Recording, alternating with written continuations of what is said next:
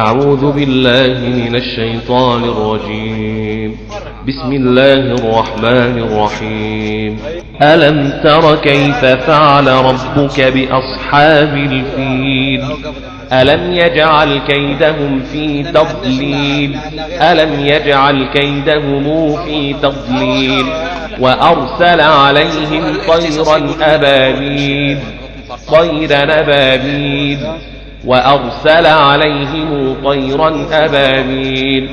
وأرسل عليهم طيرا أبابيل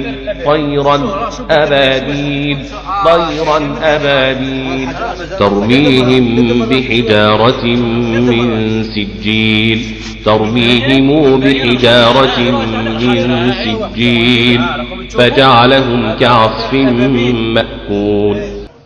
قول لهم هذا هو طير الأبابيل اللي ما يعرفوش هذا هو.